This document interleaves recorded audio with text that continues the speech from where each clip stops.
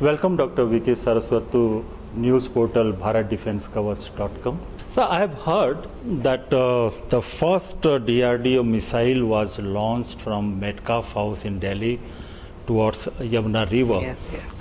How it happened, and can you tell us something? And then later on I think you shifted to Hyderabad.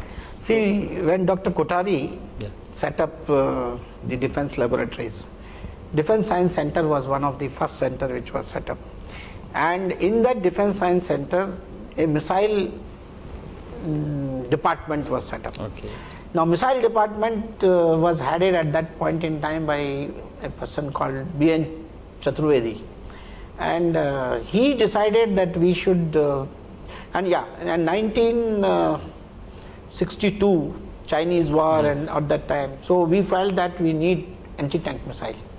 So that was the first task which was given to this missile group of the Defense Science Center. Now, there was not much of facility here, but open space. Around Metcalfe House, there used to be a lot of open space at that time. So these guys, in those days, these scientists, I am just going by what is reported in the recorded information. They built a small missile.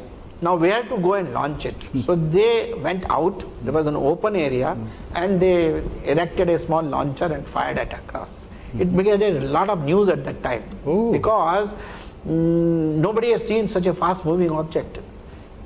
It was not a great success or anything, but the fact that the missile flew across the river Yamuna and many people across watched it, it made a big sensation.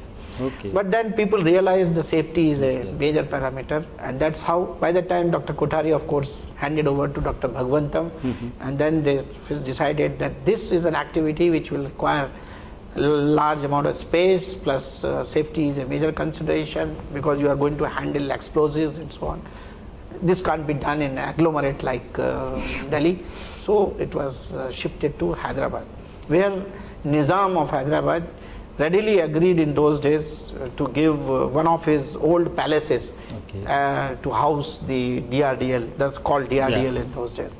And one range was given, which is today's RCI, which used to be Nizam's hunting ground, called Imarat Kancha, for doing this kind of testing what we did. So later on, all the anti-tank missile programs were experimentally tried in that range. Thank you so much for talking to us, and wish you all the best. Thank you so much. Thank you. Nice talking to you. Thank you. Nice talking.